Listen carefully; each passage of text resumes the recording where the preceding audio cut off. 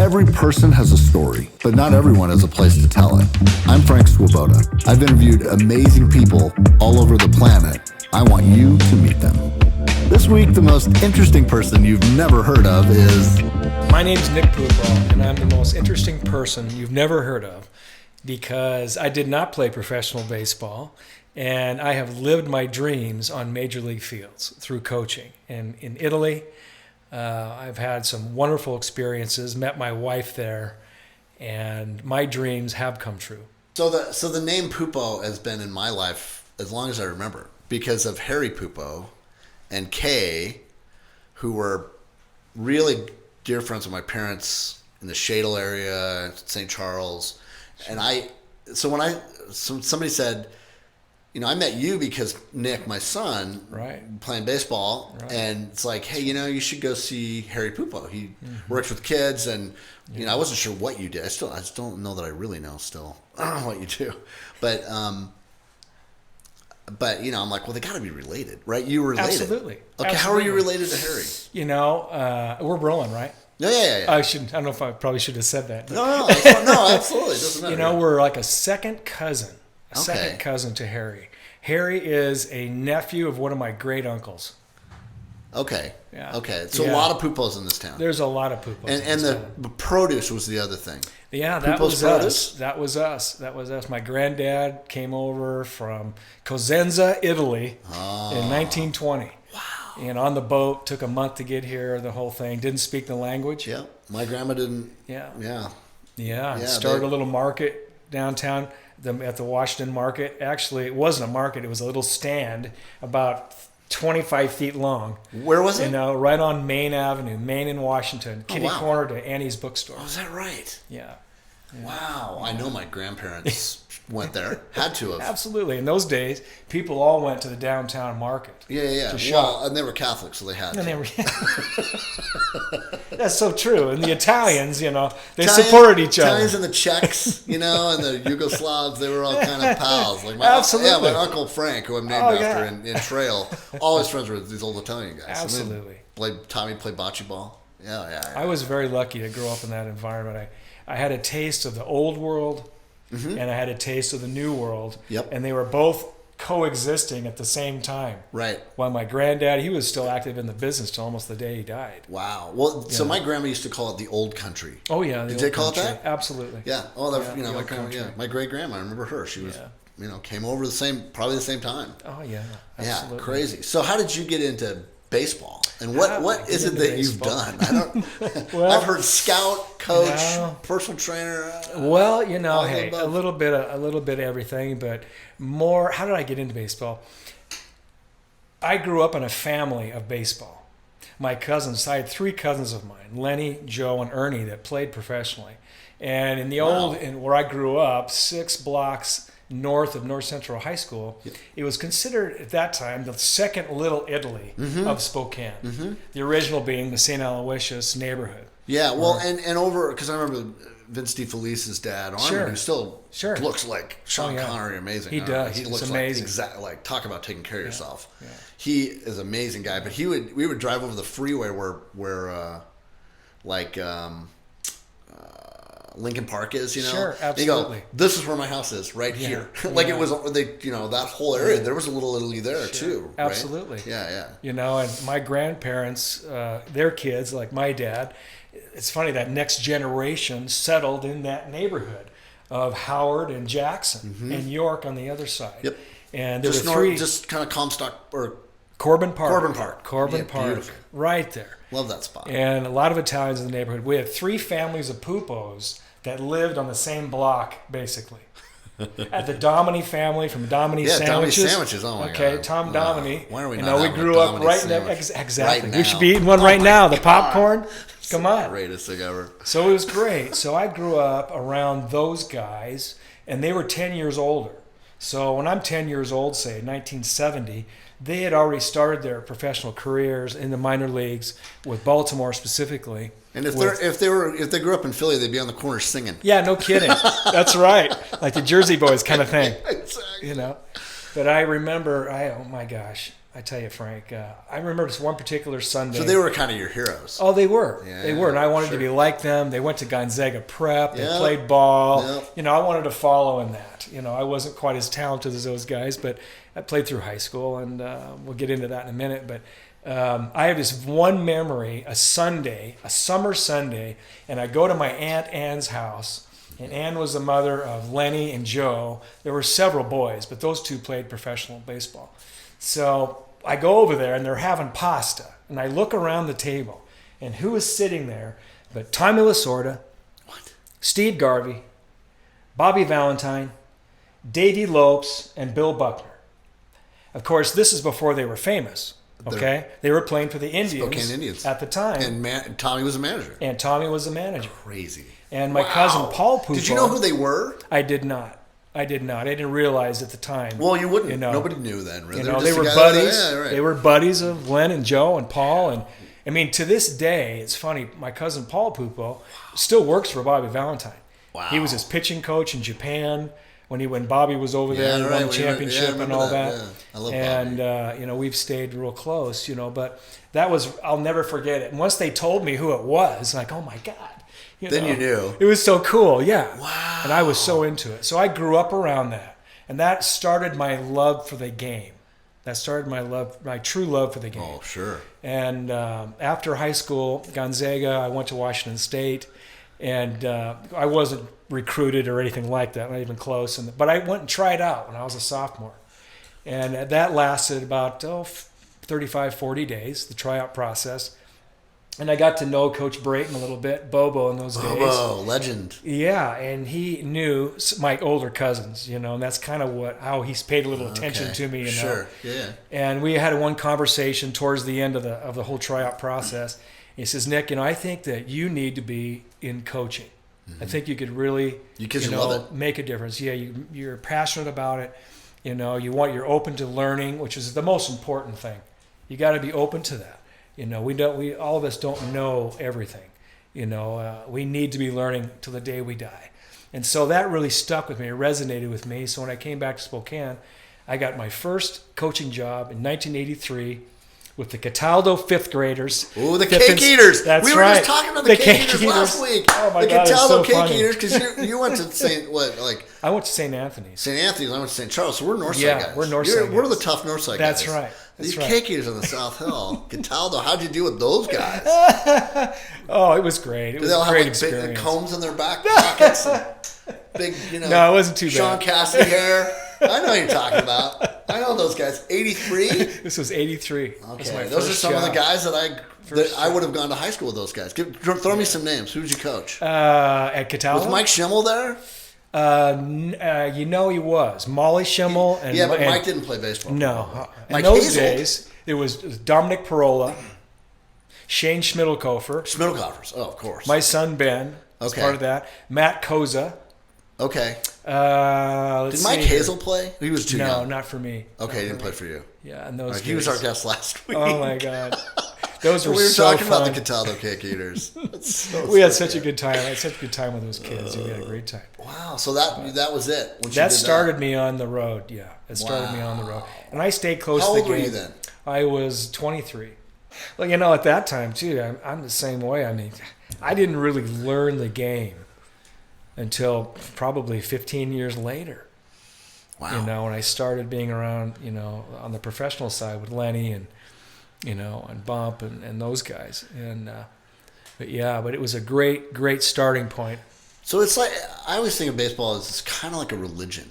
Oh, yeah. Do you think of that? Absolutely. Like, there's something about it. The people who really get into it, really get into it. Like, I love baseball. I'm a huge fan. Always have been. Sure. Opening day, all the way through. I'm a long-suffering Mariners fan, just like you probably. Oh, yeah. I mean,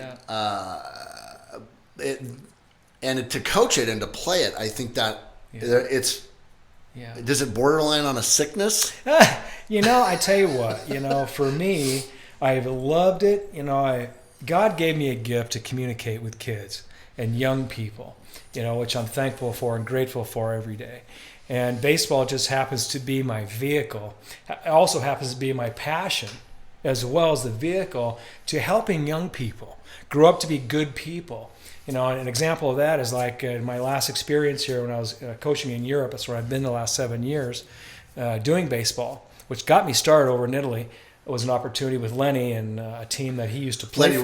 Lenny Randall. So tell us who Lenny Randall is first. Lenny Randall is a former Major League player, played for 12 years. He was a Mariner. He was a Mariner for a couple of years. Like their first year, I think, right? Or he was there in 82, 83. Yeah. Yeah. And met Lenny through a fantasy camp. I went to a Mariners fantasy camp in the year 2000. I was recovering from a severe knee injury that I had playing fast pitch softball. And I thought I was completely done with baseball, completely, and softball. Just How old done were with you all at of this it. point? I was about 38 years old. Yeah. And one of a person that I knew, family, won this contest for a week's Fantasy experience with the fantasy camp. So I went, and they gave it to me.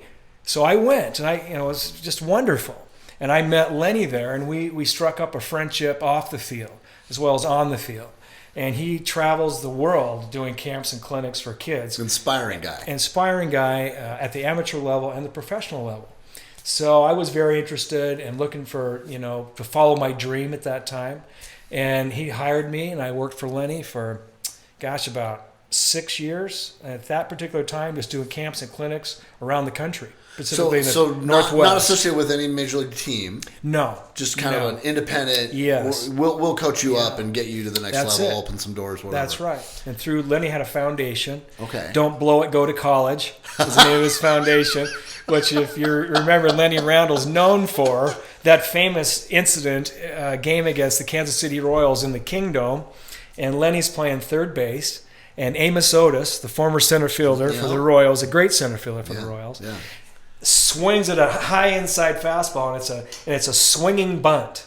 Full swing, but just gets it off the end of the bat. It's rolling up the third base line. Down the third base exactly. And Lenny gets down on all fours. Oh, he blows it foul. He's blown it foul. That's Lenny Randall. That's Lenny Randall. Now I remember it. Don't blow, go never to forget that. I remember. I think I was watching that game. So what was the ruling on that? Yeah, they called it interference, and they had to replay the whole thing.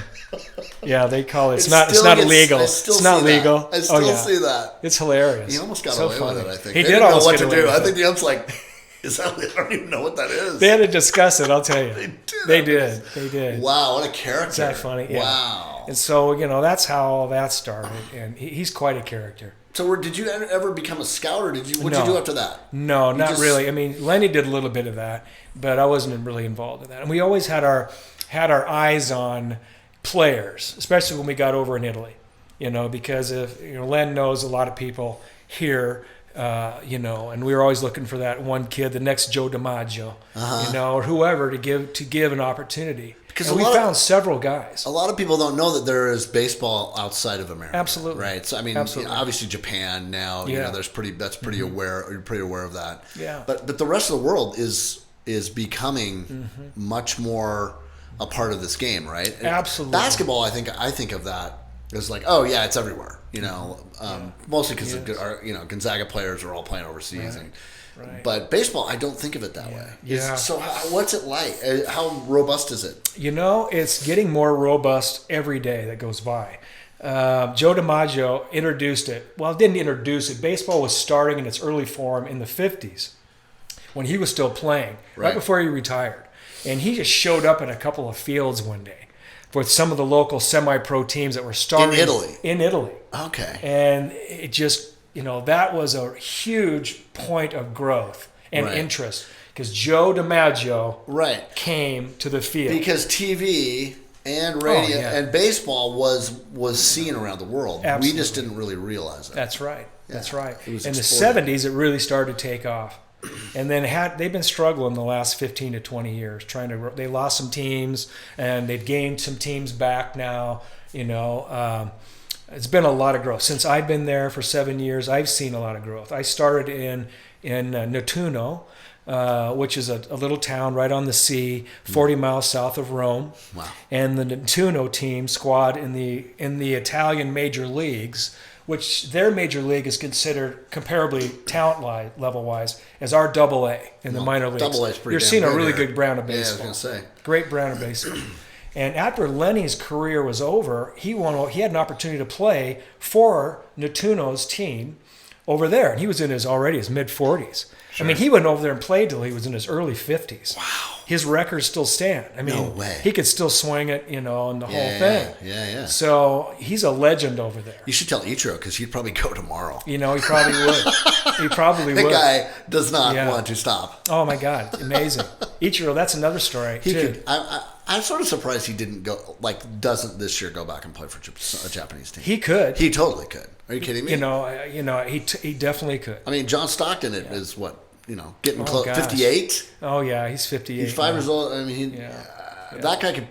Somebody said on a podcast not long ago, because he has those games at the warehouse that he plays. Absolutely. With all the NBA guys come back. Oh, absolutely. And he still plays every week. And they're like, that guy could do 10 minutes right now for any NBA team. He's on the court. He can give you 10 minutes right now. Oh, yeah. I mean, so these guys can keep playing. Yeah.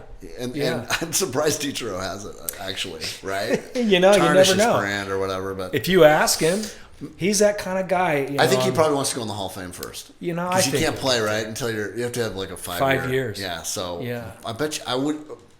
You heard it here first. There you go. He's going to get in the Hall of Fame, and then he's going to go play for some Japanese team, right? Why not? And he'll hit 310.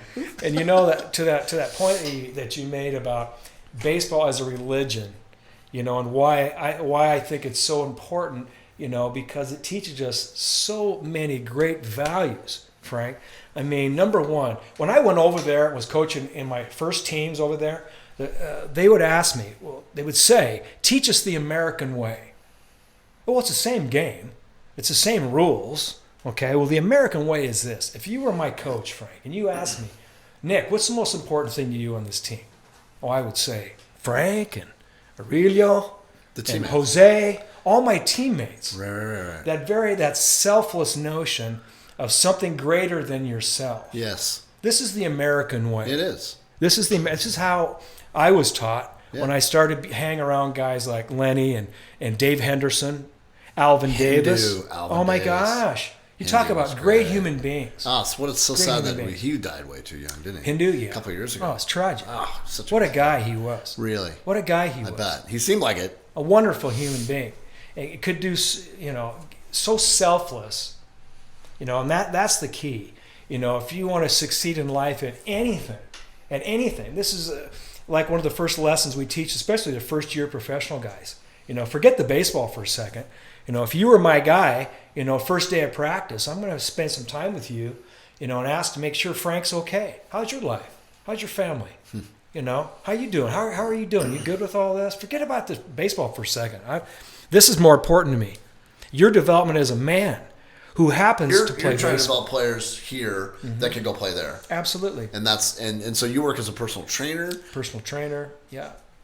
And I've been on the field with several teams here just lately, the last 2 years with Cali Roma in Rome. Wonderful experience. And this is the thing I love about the international game. You're just doing this because you want to go to Italy. Come on. Well, yeah, that's true. Nick, this whole thing is a charade. Come on. I want to go to Italy. Come on. I want to Pasta go to and baseball. Are you kidding? In Italy. Are you kidding me? Oh, my God. Venice is one of the coolest places I've ever been. That was it's amazing. Incredible. When Lenny asked me to go, it took me 2 seconds to answer. Yes. Yes, I'll go. I bet. That's ridiculous. Yeah. So how do you meet Bump Wills? Because that's the other, what we discover here is, because you live in Spokane, I live in Spokane, there's a lot of people here who kind of quietly live under the radar but do big things all over the world, right? Absolutely. Bump Wills it lives here? Yeah, well, he lives in Texas now. He moved back to Texas a few years back. But he coached with you high school? At Central Valley. Valley. So you coached at G-Prep. G-Prep. And then you coached at Central Valley High School. Valley. And he played for CV. He did, yes. Back in the day when his dad, Maury Wills, played for the Spokane Indians. Yes, that's right. Okay, I get this right. The first man to steal 100 bases in the big leagues, Maury Wills. Is that right? Yeah. Wow. And like this Saturday, the Veterans Committee meets, and he's on that list of potential candidates to make the Hall of Fame. Wow. And I hope he makes it. I just hope he makes it. Why wouldn't he, right? Why wouldn't he? He's deserving. He's deserving. He broke a barrier that no one thought they'd ever break. Ty Cobb's record, and stolen base record. Stolen base record. Wow. So yeah, he did something. Well, very and unique. not too removed from the color barrier then. Honestly, right? I mean, he was in the '60s. He played. Oh yeah. So I mean, it wasn't that far removed. It was still a very segregated game. I would guess no question about it. I mean, even Lenny would tell me stories when we first started in Italy, and we had spent a lot of time together. We were living in the same hotel and all that for the season. And we got to spend a lot of time. And he would tell me, gosh, way into the 70s, segregation and racial tensions at hotels, still, even in those days, would not accept black players and black folks to, just unbelievable. Unbelievable. It's crazy. So you met Bump, and then how did that happen? Well, we when I first started with Lenny, and we were doing a camp here in Spokane for younger kids. And I saw in the paper where Bump, they'd done a story where Bump was moving back to Spokane. So Lenny reached out to him because they had a little history with Texas Rangers. And they knew each other, this and that. So Bump came out and he played for the Rangers, right, for a while. He did. He was a pretty good player. Yeah, he did. He was with Texas for 7 years and Chicago Cubs for a year. Been to Japan for a couple of years. Pretty long major league career, 7 or 8 years. Wow. Player development. I mean, he was minor league manager, for several teams and organizations. Player development for the Miami Marlins at the time, Florida Marlins at the time, and the Rangers. He still continues to do stuff with the Rangers to this day. Wow. Yeah. So we met there, and again, we hit it off real well. And he was living in Spokane, so we started doing some camps and stuff together, and spent more time together. We had an opportunity to coach, or he gave me an opportunity to coach in 2008, the East-West Scout, one of the East Scout team, the best of the best U18 high schoolers in the state of Washington, and we competed all summer. It was a great experience. Wow. And him and I grew close and still are very close to this day. Well, that's cool. So his dad. So here's my story about Maury Wills. My son Nick, his great grandfather is a guy named Dutch Groshoff, and he's a pretty historic Spokane figure. Mm-hmm. Dutch and Bing Crosby were best friends growing up as kids, little kids, and Dutch was a phenomenal banjo player and had a band, and Bing was in his band. They were in a band together. And in their early 20s, I think after they both went to Gonzaga, after that, Bing and his brother Bob and another guy who ended up being pretty famous grabbed Dutch. The story goes, kidnapped him or told them they were going to Portland to go fish or something. They got to Portland and they said, no, we're going to LA. We're going to all go be famous. And we need you to go because you're like the banjo player. Like, you're really good. Yeah. And Dutch is like, you guys are freaking crazy. No, I'm going home. And he got out of the car, got in a bus, came home. The three of them went to LA and became the most famous people in the world. And he never regretted it. A day in his life, he was like, I don't want to do that. I want to hunt and fish and live in Spokane and be here. And he taught my brother guitar. He taught tons of people in this town how to play guitar, how to play banjo. And while Bing is going to be the most famous guy in the world, Bing would come home and always in the summers, had a house here, had one in Hayden, and he would hang out with Dutch all the time. Sure. And Dutch had a little nightclub in Liberty Lake, on the lake, and this is in the 60s, and he and his band would play every weekend, and his, best friend and biggest patron was Maury Wills. And Maury would come all the time and be there, and Nick's mom has a signed picture of Maury Wills, which I should have brought. Oh, she's got it. I want you to see that picture. Yeah. We'll have to show it if I'd love to see it. There's a Bump on this show, and I'll have to show him that picture. Absolutely. But it's signed to Dutch, and and then I told you that story, and you're like, he remembers. Yeah, he remembered the banjo. Yeah. Oh, absolutely. And he had the jazz club in Pittsburgh when he played for the Pirates.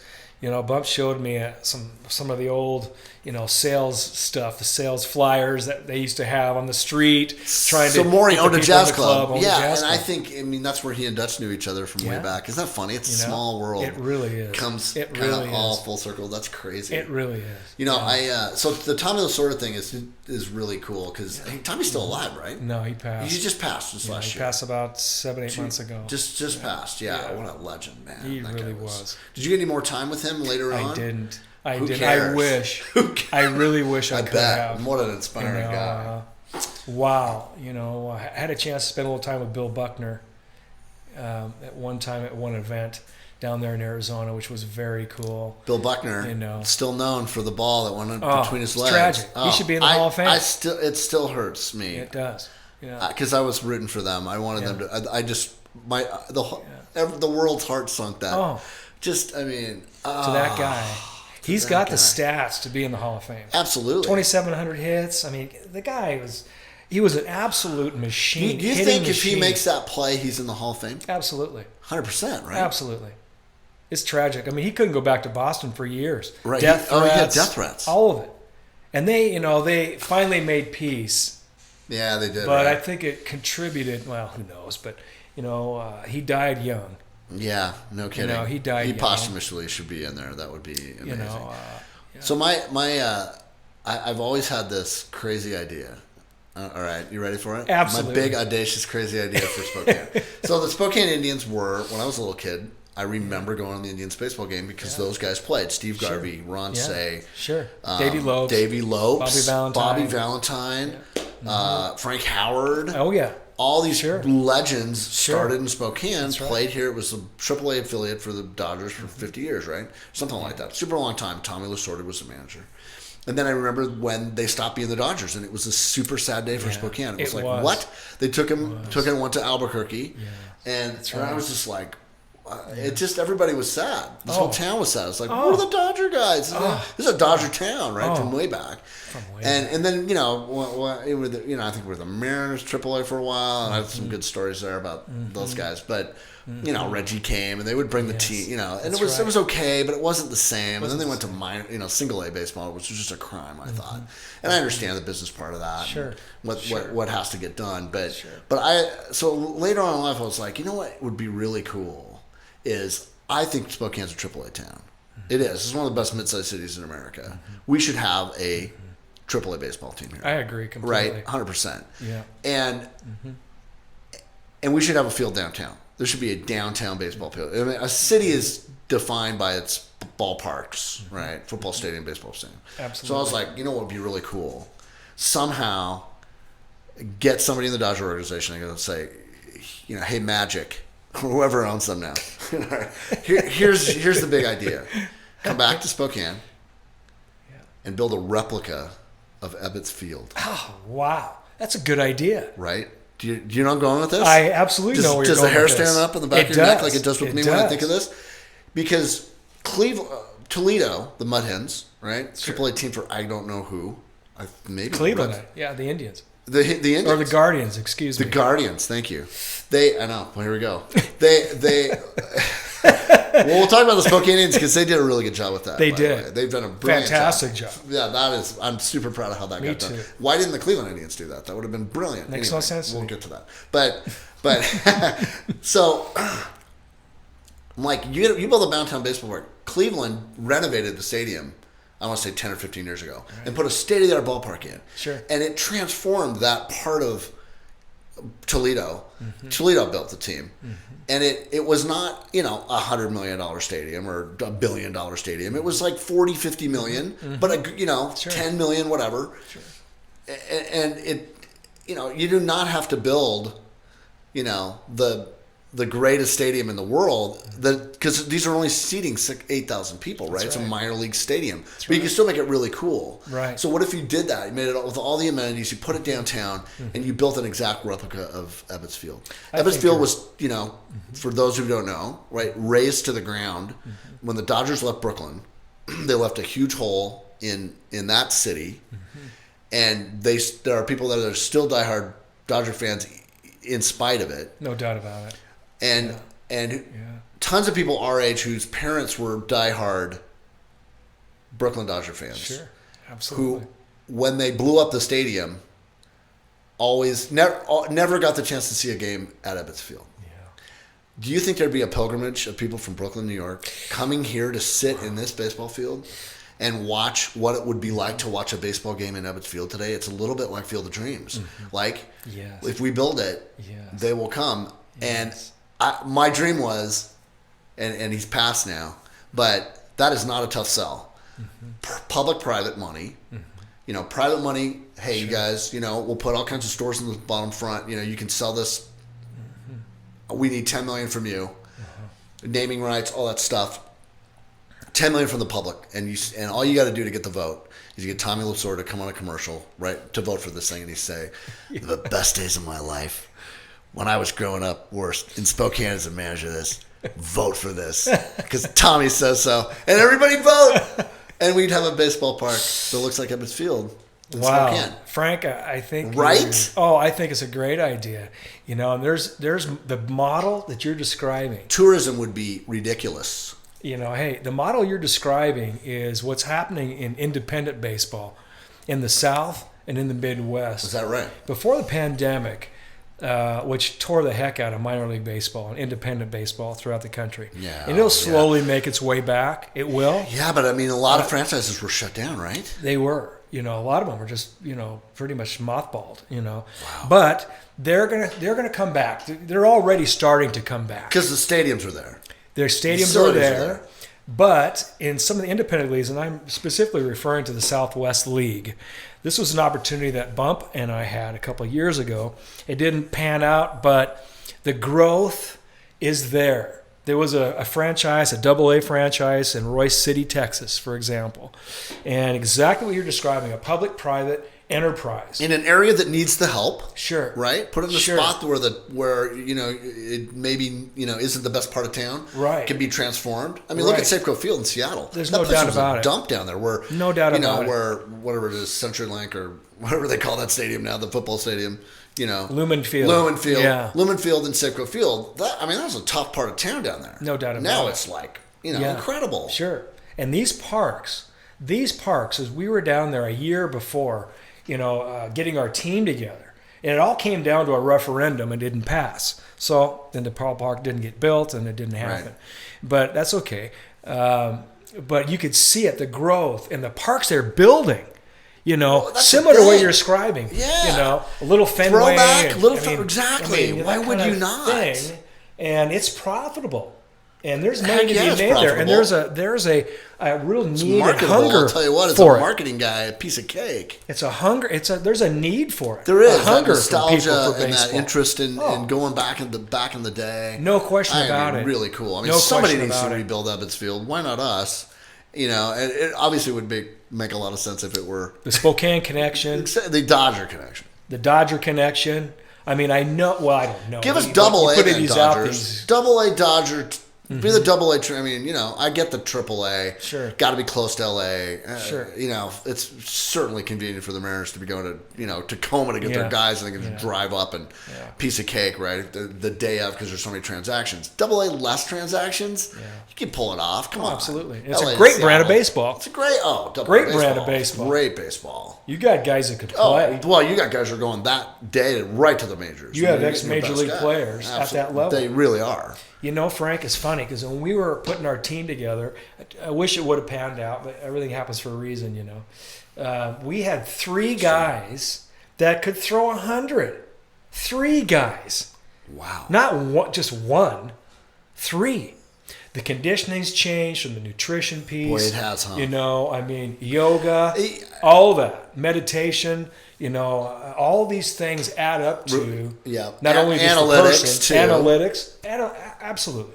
Are you a fan or not? Am I a fan? I'm an old school guy, and a lot of that depends on feel. But you have to know your opposition. You have to know who your players are. Really, you have to know who they are, what their strengths and weaknesses are, and all that. Analytics definitely has a place, and I would use it and have used it. But I wouldn't make a critical decision based upon it. I'm going to trust my feel. Because the person's still a big deal. Yeah, I'm going to trust my feel. But this whole pitch shaping and, all of that allows these guys. I mean, I don't remember guys growing up that were throwing 100. It was very rare. Very rare. Very rare. Nolan Ryan was the only Nolan guy. Ryan, Randy Johnson. And Randy Johnson, yeah. Right? Yeah. Maybe a couple others. Yeah. But not triple digits with control. That's right. Now these guys are, how many guys can throw 100 right now in major leagues? 30, 50? Every team has got at least two guys. Has to. That can touch 100 miles an hour. Yes. If not exceed it. No, you have to. It's just kind of part of the deal. It so is. So the other thing that happened in Italy that was super cool for you is you met your wife. That's right. Tell me that story. Oh my God. How much time you got? It's a podcast. We got time. If we have to do a second part, we will. You're going to have more than one of these. I got to tell you, it was actually... You'll be a multiple offender. I know. I can feel it. Well, it was actually Lenny got us together. Randall. Lenny Randall. And the story is, oh my gosh, one day we This is were not that visiting. long ago. No, this is in 2015. Wow, okay. And our season had just ended. And my son was visiting us over there. And we were spending an afternoon at the Basilica, St. Peter's Square, Basilica. I got to go. And it was a Sunday. And we got there kind of late because we wanted to go inside and look around and all that. But it was a little after 6 p.m. and they locked the doors at 6 p.m. Mm-hmm. Well, that's okay. It was a beautiful afternoon. The sun's out, and there's chairs. You can sit there and just admire everything. Look at all the statues and everything. Yeah. So Lenny being a very, very gregarious, not a shy guy, and he speaks beautiful Italian. I was going to ask you how yours is. Mine is, poco poco. I go very slow.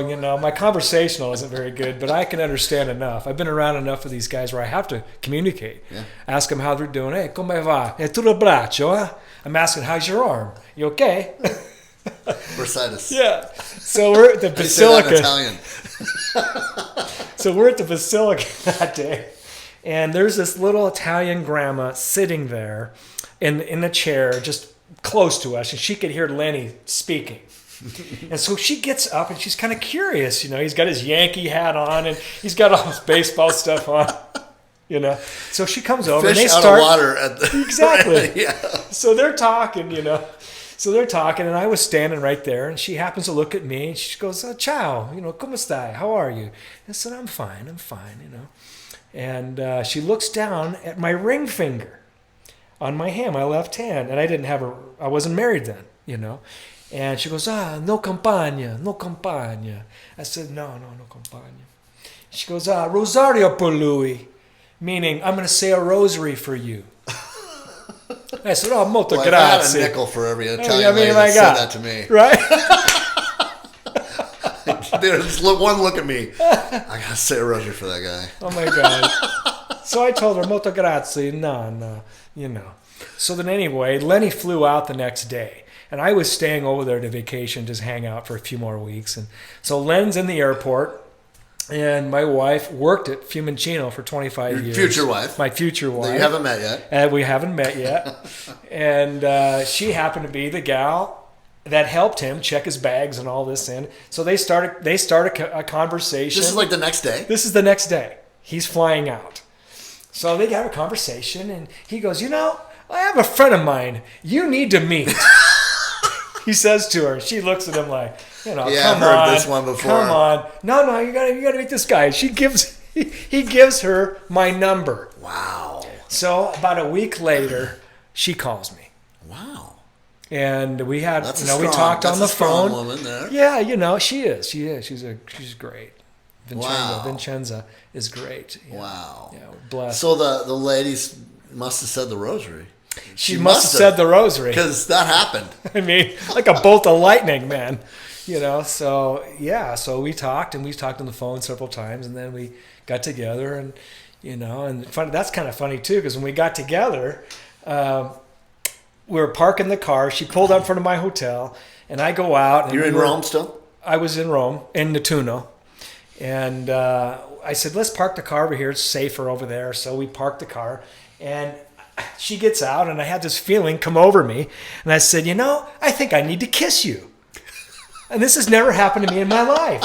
I swear to God, God is my witness. Okay? So she goes, okay. So I gave her a little peck, like that. And we were off on our day. And we have been close ever since. Favorite baseball player? Favorite baseball player? This is evil. Man. It's an evil question. Jeez. I said it's going to be easy. Oh, man. Favorite baseball player of all time? Yeah. They're all my favorites. So even when somebody will ask me, who's your favorite team? So hopefully we can drop this in on the video side, but you have an office that doesn't look like my office. Dude, like tons of memorabilia, right? Anyway, I'm going to ask you that, and then I'm going to ask you your favorite piece of memorabilia too from that room. I'd have to say my favorite baseball player of all time. Well, this is somebody you probably saw play or grew up watching or maybe not. I mean, that's a hard thing about baseball, right? That's a tough one. I've got so many favorites, and each one has such unique gifts. All right, give me two. I would say, You get three. Okay, Roberto Clemente. Wow. Well, let me back up even one more. Jackie Robinson, Roberto Clemente, Kurt Flood. Yeah. They all had some watershed in their world, right? Oh, yeah. Of course, Bump. Because I've learned so much from Bump, not only on the baseball side, but as a man. Yeah. He's taught me a lot of things, and gave me great perspective on how to communicate, especially at the professional level with guys, and translating that to the amateur level, and just invaluable experience, And I got to throw Ichiro in there too.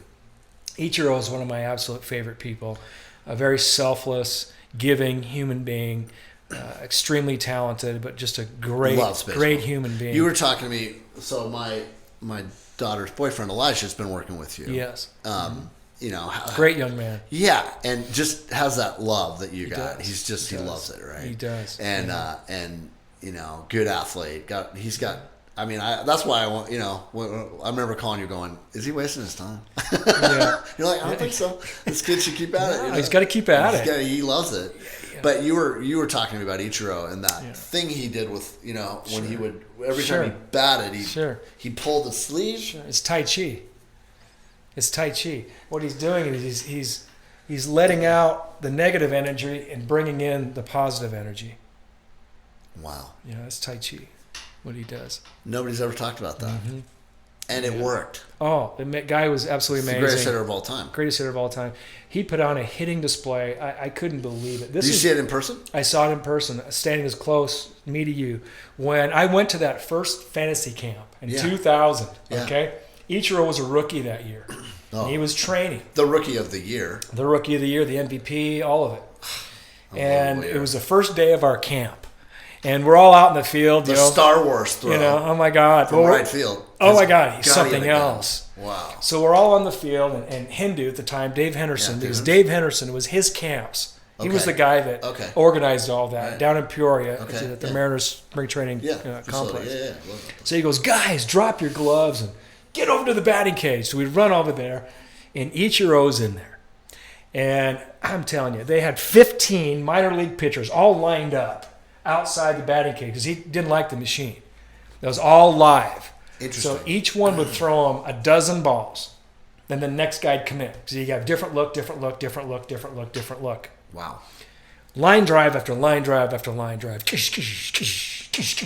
didn't hit a ball for 45 minutes. I mean, not one foul, not one up, not one, nicked it and it went by, line drive after line drive after line drive. He barreled every ball up. I've never seen anything like it with his talent, and because you would never teach a player his style of hitting.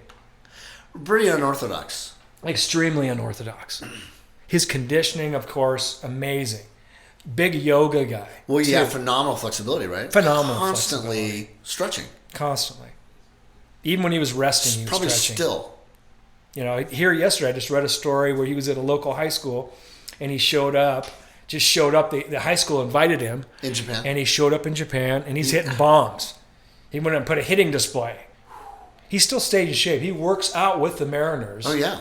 Like, say, a game day, he'll be on the field shagging balls and doing all that. Right. Pitching, too, right? He throws batting practice. Oh, yeah. Phenomenal pitcher. Absolutely. Phenomenal pitcher. Yeah. The guy was something else. Wow. I remember Lupinella said that story about going, can you ever hit it out of the park? Just like, can you just once? Yeah. Because he just hit line drives. He had tremendous power. Yeah. And then he's just like, how's this? Boom, boom, boom, boom. It's eight in a row. Oh, yeah. They're like, how's that? It's would you just do that once in a while? Oh, yeah. Let's just... Yeah. I know you want to be on base. I know you want to get hits, but if you hit over the fence every time, we win. The natural talent's amazing. And the focus. Oh, the focus and the mental understanding. approach had to be unbelievable. Oh, it is. And to learn how to hit that way, the physics part of it. Because physics is a huge part of throwing a baseball. I mean, you could do your college thesis on. I know guys have done it. Yes. On throwing a baseball. Well, it's the same with hitting, especially if you got guys that are throwing 100 miles an hour. Well, in his prime, too, that first 3 or maybe 5 years, that whole idea of left-handed hitter out of the box, he was already 3 steps to first base when he hit a baseball. Oh, yeah. So you could not throw him out. Literally, I remember that first year watching routine ground ball, goes to a shortstop, Derek Jeter, whoever, right? They're getting this thing and going, oh, my God, I can't get him on a routine ground ball. He would beat it out. He would. He was like 3-4, 3-5 to first base. Unbelievable. From home to first.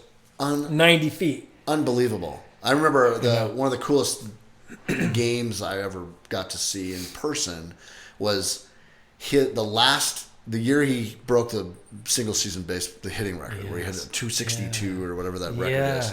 That's unbelievable. 262 hits in a major league season. That's right. It's a lot of hits. There's 162 games. Yeah. Right. That's a lot of hits. That's a lot. That's ridiculous. Right. That's more than not 2 a game, but getting there. It's like 2.5. Ridiculous. Like and it was also Edgar's last game. Yeah. As a baseball player, he retired that game, and Ichiro got a hit. So we got to see the last hit Ichiro had. Right. To set the record. You'd already broken it smashed it, but the final hit. Yeah, exactly. He already set the final hit, and it was Edgar's last game. Yeah. And, and we were like, right down on third baseline, 6 rows back. Well, I will never forget that day. It just everybody knew we were looking at 2 legends here, and obviously now Hall of Famers, right? Absolutely. I mean, he will be first ballot. Absolutely. Yeah, and if he played in New York longer, he would have been a unanimous selection, because that's the only way you can be a unanimous selection. For those of you who follow this, because Ken Griffey Jr. apparently wasn't, because some New York guy wanted Derek Jeter to be. Oh, yeah. How horrible is that? I mean, how is Ken Griffey Jr.? Oh. How do you not vote him to be a first ballot Hall of Famer? Horrible. Are you kidding? One dude, one New York dude guy. Screw really? You. Like, really? Screw Come on. You. It's going to be Jeter. Come on. Come on. It drives me crazy. I know. Okay, favorite piece of memorabilia? Favorite piece of in memorabilia. In that incredible room in your office.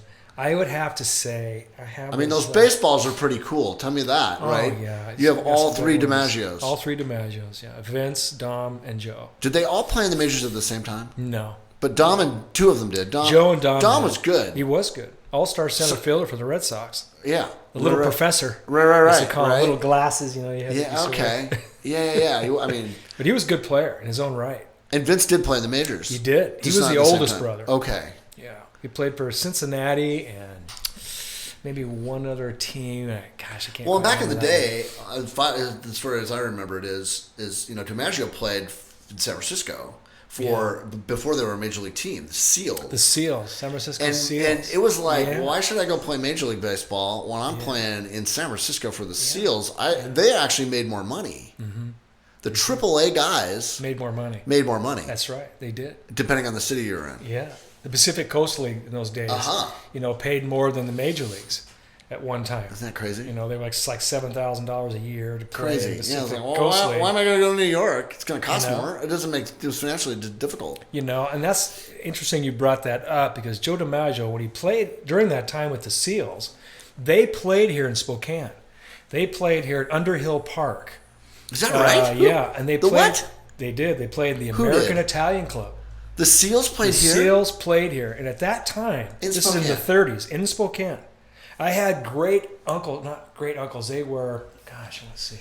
Where was the lineage here? Underhill. Underhill Park. Right there. Yeah, and that was the big baseball. That was field. Little Italy, right? That was part of it. That was part of it. It totally was. That's what I'm talking about. That That's was definitely part of it. The DeFelices were lived right there. Yeah, absolutely. And I have some older cousins of mine in Underhill Park. Tony Travo, Mike Travo, guys that were really good Travo's players. Restaurant. Yes. Is that Travo's Restaurant? Yeah, that was my dad's grandmother. favorite restaurant. He used to go there all the time. Yeah. Travo's. Yeah, Travo's. Wow. And they were good in those days. They were good players. Wow. And they had a chance to play an exhibition because they would do, they would travel the country and to make some money. Barnstorm. And that was part of it. And they were here. Got to play against them. Yeah. So all the DiMaggios? Played. No, this was just Joe. Just Joe. When he was with the Seals. With the Seals. Yeah. Played in Spokane. I had no idea. Yeah. That's a great story. That's a great story. My Uncle Tony used to love to tell that story. Wow. Yeah. Positive energy is a huge part of what you do, Absolutely. right? Absolutely. And this whole outlook, philosophy, it's important to me too. I have stuff that I do with my clients, and I kind of believe in that. Mm-hmm. You create your life. Yeah. Is that how you see it, and it, particularly as it pertains to baseball and the guys that you see make it? Does how you look at life make a difference in their effectiveness and their ability? No question about it. Probably not all the time, but I'm sure there's Ty Cobb would probably been a complete jerk. Yeah, he was a piece of work. Right, and he was so good it didn't matter. He was so good. I mean, if you think about it, I always thought about this. The two greatest hitters outside of Ichiro now, but the two greatest hitters who ever played, Ty Cobb and Pete Rose. Sure. I mean, sure. Not the most liked guys in the world. What is it? Do you have to be a complete asshole to be a really good hitter, or what? Right? Yeah. I'm certainly self-absorbed. Oh, absolutely. There's no question about it. But to make a great person who just happens to be a great ball player, a good ball player, it comes down to the comfort in your own skin and not being afraid to fail. Like I would tell my... Baseball's a failing sport. It is. And you're doing it in front of others. You're putting yourself out there. And then the guy in the stands is screaming at you, telling you, you don't belong. It's not like golf where say whatever, quiet. And with a baseball player, you hear that. You hear that. So they tune that out. But they have great self-confidence. Even in failure, it's such a great lesson. It's who they are as a person. And we're constantly developing that. Sure, you got to reassure guys and be there. Sometimes they need a kick in the culo, as we say in Italian, or you put an arm around their shoulder. You got to be able to have that feel. But again, you get back to the selfless piece, the humility piece. You're always learning. Don't be the whole pigeonhole thing. It just doesn't work. It doesn't. It doesn't work, and especially in the world of baseball, and it really doesn't work in real life either. It doesn't. You got to treat people good, and that whole selfless thing, something greater than yourself. We've said that a few times now. But it is the ultimate importance if you're gonna have any success, not only in baseball but in life. Not afraid to fail. If I fail, so what? I'll get up, I'll dust myself off, and I'll try again. Right. Well, and the contrast of when you do make it. Yeah. It matters. The failure means more. It does. It does. Overcoming it because you had failure. Absolutely. When you do overcome it, it's even sweeter. Right? It really is. Frank, it reminds me of a story, just a quick one that I tell every team that I'm associated with, the kids or the professional guys, it doesn't matter. But let's go back in time to 1929, and we're in the New York Yankees spring training camp, and Joe McCarthy's the manager of the day. And he's being interviewed by a sports writer, and the sports writer says, "Joe, God, how come you guys are so great? You're so good. How come?" He goes, "Well, I'll show you why." He calls out his left fielder of the day, Joe Gordon. "Hey, Joe, come over here." Joe runs over. "Joe, what's your fielding average?" He goes, "I don't know." He goes, "Well, what's your batting average?" He goes, "I don't know." And he goes, "Okay, Joe." And he runs off. He looks at the sports writer and he says, "That's what I like. He just comes to beat you." Multiply that by 9. That's why we're so good. I mean, goosebumps. I get goosebumps and just sitting here. That's amazing. I mean, that's a great story. Right. It's a great story. It puts everything in perspective. They just want to win. We just want to win. Well, and you talked about Jordan, that whole thing. I mean, it was all about, I don't care how I got to do it. Oh, yeah. Or what it takes. Yeah. You gotta, even if you got to be tough. Yeah, absolutely. And that's a great story. Yeah, that's an amazing story. That's a good story. That's a good, I love that is a great. I'm gonna steal that one. There's no doubt about Absolutely. it. Okay, I'm sorry. I interrupted you. Favorite piece of memorabilia in that room? Because all you told me was the one about the 3 DiMaggio baseballs. That's amazing. I've got some cool stuff. I've been very fortunate. I had some friends that were in the memorabilia business, and there were some local guys here I used to play some softball with, and whenever they would have something or an estate sale, they'd give me, hey, Nick, I got this piece, But I had this. My dad was a collector, too, so that kind of rubbed off on me, But I think my favorite pieces is I have a 1969 baseball from Simchuk's Sporting Goods. Oh, hell yeah. Okay. I remember Simchuk's. Remember Simchuk's? Hell yeah. Okay, and it's signed by Kimmel and Simchuk's. There you go. Those are the two. And it's signed by Satchel Paige. Wow. And Bob Feller. I met Bob Feller. I did too, actually, here in Spokane. A couple times. He's been here a few times. He was. I was probably there the same day you were. Could Signing be. baseballs. Signing baseballs.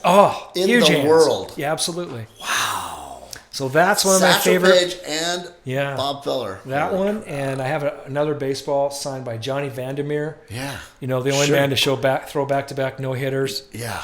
Unbelievable. I got a Pee Wee Reese ball, which is really one of my favorites too. Bobby Thompson, the shot heard around the world. Wow. Oh gosh, Johnny Bench, of course, and Mickey Mantle and Al Kaline, and in that case that I showed you, in that one picture that I showed you, those are my favorites. Ernie Banks is in there. Wow. Mr. Cub, and then I've got some little cool statues that are about like this high that was made by an artist in the 80s and 90s, and they're personally signed. Stan Musial, this great caricature of how he used to stand. Stan the Man, and Whitey Ford, and a lot I was able to get on my own. Before I got into professional coaching, I'd go to spring training, and I'd be the last guy in the park, and get some autographs. I mean, it's just in my blood. Wow! You've heard all the Jerry DiPoto stories, I'm sure. I've heard a few. I don't know about all of them. His collection. No, I haven't heard about his collection. You really? No. You got to listen to some of those podcasts. He's got a podcast. It's great. Maybe the greatest collection a single person's ever had ever. Wow, really? Like I didn't everything. Know that. I didn't know that. Yeah, and he kind of pared it down, but he literally had like a house full, and he would have guys from, the former players, the Negro League guys come back just to come and hang out and look at the stuff that he had. Oh, that's great. I mean, wow, I'd love to see that. I'm not doing it justice because he is he's got it bad. He's fanatic as well. Way fanatic, and he played, so and he loved it, and now he's a general manager and all that stuff. But you got to check out some of those podcasts about his amazing collection that he had, which was just it took his life over. Kind of, he had to kind of go, okay. Enough, I can't actually even. It's just it consumed him, I think, a little bit. But I love that. I love baseball memorabilia. I think it's such. I get lost in that room. My wife will call me, Nick. What are you doing? Well, I'm just hanging out. I'm hanging out with Ernie Banks. That's right. Exactly. No, but he had a whole house of it. Oh, wow. I mean, I think he wanted to get every player that's ever played Major League Baseball a signature, and I think he did it. Oh, you're kidding? I am not kidding.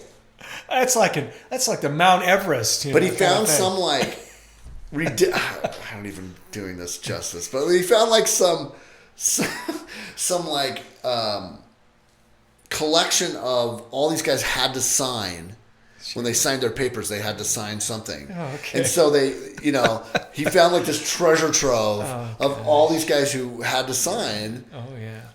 Or they didn't, there was their signature to play or something. And he got all, literally everybody who ever played, I think. Mm-hmm. I mean, insanity. I remember one time. But how cool would that be to go see that place? Oh, that'd be great. Amazing. I think he gave tons of it to, Cooperstown and all these collectors, but just phenomenal. It just reminds me when you say that, gosh, for a guy that didn't play professionally, and I really didn't think that dreams do happen, but I'll tell you, they do, and dreams do come true. if you really, really believe it and you really want it and you put yourself with the right people, timing is everything too. It's kind of like the stars align a little bit. You got to trust it. You got to trust it. And you got to be a good person. You got to be a good person. You do. You got to can't aspire be a jerk. to that. That's not going to help you. No, it's not going to help you. That's not going to help you. But I've been very lucky. I remember this one time I was with Lenny, and we were in Arizona going to do a camp. And we were staying at Hyatt or something. And anyway, it was spring training time.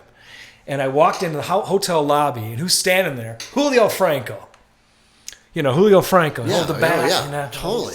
Hold the bat. Absolutely, yeah.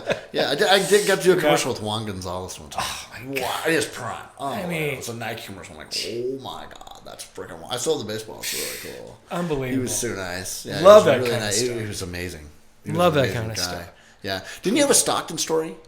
Yeah, John Stockton. John and I went to high school together. He's a couple years younger than me, and we played a couple of years at Gonzaga, summer baseball and at prep on the same team. Yep. Yeah, and of course, a wonderful NBA Hall of Fame career. But a great story that I still use to this day is he was home his first year in the NBA. He was home for Christmas. And there was a Christmas program for the kids down at St. Aloysius, right? Yeah. And we were in there afterwards, in the school, and we're in the little cafeteria afterwards, and we're talking and this and that. And he was home, just for the holiday, a couple of days. And I said, God, John, what's it like? What's the NBA like? And he goes, oh, Nick, it's just so cool. We played the Lakers here last night, and, Kareem was still playing, and, Magic, all that. Yeah. And I said, well, what's one of the biggest lessons that you've learned so far? Because I'm getting in coaching and this and that. And if there's anything you could share with me. He goes, well, Frank Layden, our coach. Okay. Hilarious, man. Yeah, really funny guy. I've never met him, but I heard great stories. Right. But he says to John one day in practice, because John asked my question, how can I help this team the most? And Coach Layden's answer was, make your teammate an all-star. Again, the selfless piece. Yeah. So what does he go on to do? He's the NBA career leader in assists. Carmelo. All-star. How many all-stars did he play with? Several. Several. But that selfless, looking to dish and not shoot. And he could shoot it, as we all know. He put the Jazz into the finals. He shot, because he knew he was the one. So that's a story it's a good one. It's funny because Jim, my brother, and John played. I was telling you the story about how he hit John so hard that his dad said, yeah, right. John, you need to choose a sport, and it's probably not going to be football in grade school. Right. But Jim they were friends, and classmates.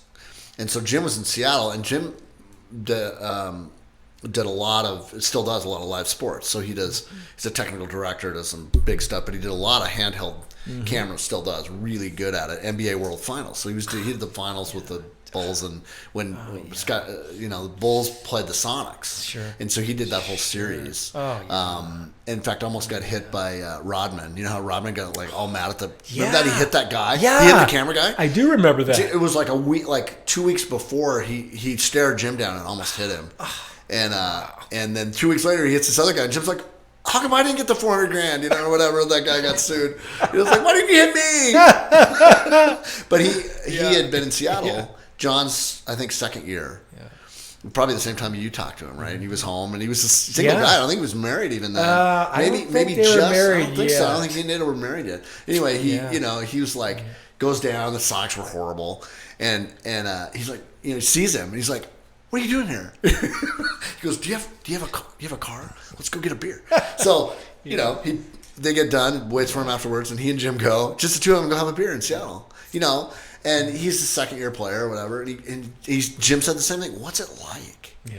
And John's answer was, those guys are so big and slow. Yeah. But sometimes I have to catch myself and go, that's Larry Bird. Yeah. That's Magic Johnson. That's Kareem. Yeah. And kind of had to shake it off and then just go play. But he was like, he did not. He's like, I can't keep all my meal money. I'm I will not make it past next year. You know, like it was like one day at a time, man. He's probably got the first dollar he ever made. You know? Probably, you know, just like there's no way I should even be here at all. But he knew he was. And he said he hated everything about it. Travel, the publicity, the marketing, all the demands on those guys, except for that 2 hours where he got to be in the middle of a symphony orchestra and he got to conduct it. You know, it's like, right? Absolutely. I mean, that is just absolutely. You know, Tommy Lloyd's a good friend.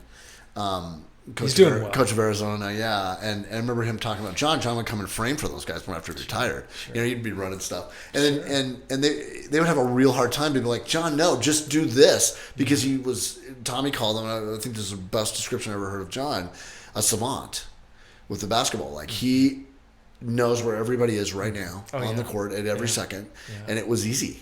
Yeah. And I don't, you know, it's just so cool to hear those stories about somebody that you met and you've known a little bit and you've seen, right? Absolutely. It gives you the belief that, hey, you know, that's possible to do the things that I want to do. I know somebody that did it. It is. You know, it rubs off, and that whole Gonzaga thing here in this town has changed. Sure. The attitude of this town. You've lived here your whole life and been here back. There's an attitude. There's a confidence that this city has right now that it never had. Absolutely, because of that program. And no question about it. You know, whether you like basketball or not, or like them or not, that Gonzaga thing has had a huge impact on this whole community. It has. It's had a great impact, just fantastic impact. You know, it's part of the fabric. Oh, it is. Yeah.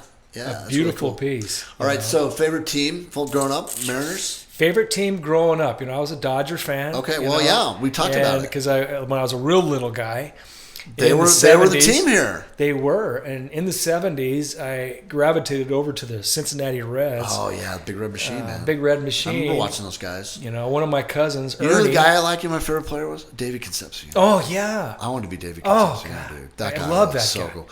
Really tall for a shortstop. He was. Right? Yeah. Kind of like I remember when A-Rod came out. I'm like, David Concepcion. Yeah. Absolutely. But man, he was cool. He was. He was just cool. He was. I just like his name. David Concepcion. He could pick it, man. Those Latin guys, I'll tell you what. Yeah. They got something extra. I mean, you look at the major leagues now. Talk about in the thread and in the water and the culture. They talk about baseball in their life right now. Oh my gosh, they're Latin guys. Yeah. Great hands in Europe. You know, all the teams we were on, especially here in Rome. I mean, you know, 70% of our roster is Latin guys. Crazy. The Cubans, the Dominicans. Crazy. Oh my gosh. Crazy. And wonderful people. Yeah, that's cool. I mean, people that grew up with nothing. I mean, literally nothing. They have the shirt on their back, and they're willing to give it to you with a smile. I love being around those guys and their families. Gratitude. It was, gratitude. I mean, the locker room, especially in the locker room situation with just the guys. Oh my God, so special. Yeah. I was trying to take it all in, breathe it all in. So you pretty much are Ted Lasso then. You know, I still haven't seen that show. Oh my! You have homework. I've got to see Ted Lasso. You have homework, sir. That's because I pretty much think I'm talking to him right now. Really? Yeah. I got to watch it. Okay, this is quick. Sure. Are the Mariners going to be good this year? Next year? Yeah, they're going to be good this year. I mean, they just got Robbie Ray. Yeah, you got the Cy Young Award winner. It doesn't hurt. You know, talk about belief. Yeah. They did a lot with belief. I think that coaching staff was pretty amazing. I agree completely. Perry Hill is one of Perry my Hill. Do you know Perry heroes. Hill? I don't know him personally. I have had conversation with him via email, via text on infield stuff. Wow. He was involved with Bump a lot. Okay. And with the Marlins back in the day. Wow. And he kind of connected me with Perry. He is probably right now the greatest fielding coach. I think so. I I use his philosophy every day. Oh. Every day. I used it yesterday. What he's done for J.P. Crawford is ridiculous. Oh. And Ty France at first. Absolutely. That guy should have got a gold glove. I agree. Phenomenal. Completely. Yeah. I think the Mariners. I love that kid. I think Ty France is great. I do too. He's so Eggerish. Yeah, he is. Isn't he? Yeah. He's got that something. He puts that barrel on that ball, dude, I'll tell you. That kid, I think we're watching some stuff here. It's kind of cool. I mean, I know It's okay. It's only been 21 years. Hey, man, I mean, come on. We were here in 1977, right? Yeah, we were. You remember? That's true. I mean, come on. We lived through all the bad days. Yeah, right. We're good at bad. We got to keep supporting We're good at bad.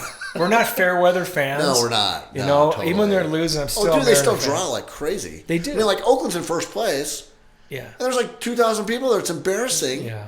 And Seattle's like, in third place, and there's 2 million fans coming through the gate. It's such a great ballpark. It is. I love that park. Place is just love cool. that park. Collective bargaining agreement just happened. Yeah. They shut baseball down. Right now, there is no baseball. How was your day? Yeah, That's got to suck. It does suck. It does suck. I hate to see. I remember the work stoppages, and there's I do no too. baseball right now. I couldn't agree more with you. I don't think it's going to be too long-lived. I really don't. It's too much money. It is. There's too much money on the table. For both sides. Yeah, I think it's smart they're doing it now, so you're not stopping in the middle of the season. I agree. But I don't know. We'll see. These things can go. They can. It's probably going to take a 45-day window. A spring training. Are the pitchers and catchers going to report on the 28th? I mean, I don't know. But it'll be close. They cannot not make a deal. Both sides know that.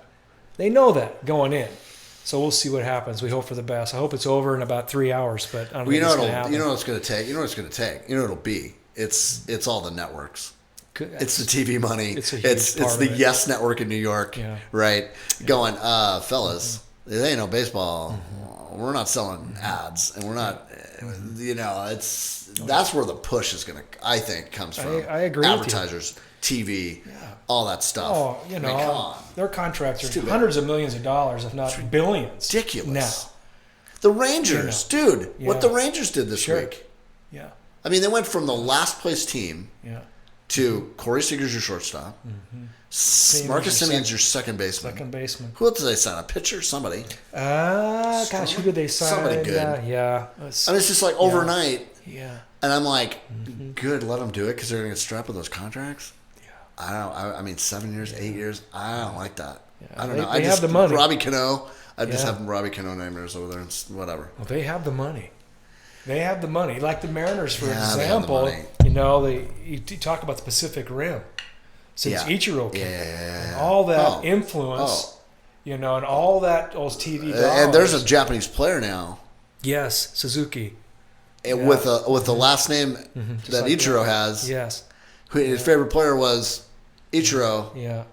I mean, if I'm Seattle, I'm spending some time getting that guy over here. I would love to see it. The revenue, you're right, the revenue in Japan, they would go nuts for him. They're baseball crazy over there. They are, I bet. And I think the Mariners are a good fit for this guy. He'd be a good fit for several teams, but I think the Mariners would just be an ideal situation. I think Ohtani's a little I think he's second guessing his choice. I think Seattle was the second guess, and I think he wish he would have done it. Yeah, I've heard a few things like Angels can't win. Yeah. I don't know what it is over there, but that ballpark something pitching. I don't know. They just can't put LA, it all together, right? Yeah, they might. I don't know. They got a manager. He's pretty damn good. He is. Joe Madden is one of the best communicators in baseball. And he's still Joe Madden's a genius. That series against Cleveland, when the Cubs finally won it, he was horrible. I was like, dude, what? He tried to loose that thing. Did you see some of the? I don't even want to get into it. But I was like, what are you doing? Yeah. He made some moves and got lucky to have won some of that stuff. He did. But that's part of baseball. That's part of baseball. Feel, touch. Yeah. Sometimes you go against the analytics. You have to. Yeah. You have to do that sometimes. You go back to a year ago, not just this last World Series, but a year ago with Tampa when he pulled Blake Snell. That was the death knell for the Rays. Why did you do that? Why did you do that? Well, he was looking at analytics. Well, you know what? Dude, there's nobody in the world, baseball people especially. What are you taking him out for? Exactly. We know. The whole world knows. What are you doing? And the roof caved in. The rest is history. Right. I know it. So I know it. Brian Snitker of the Braves, he's one of the last old school guys who really, really doesn't use the analytics. He's an old school guy, and it's on feel, and he is one of the most well-respected guys in the, for years, 40, 50 years almost. What a cool story. It's a great story. To see him finally win one. Wonderful story. Yeah.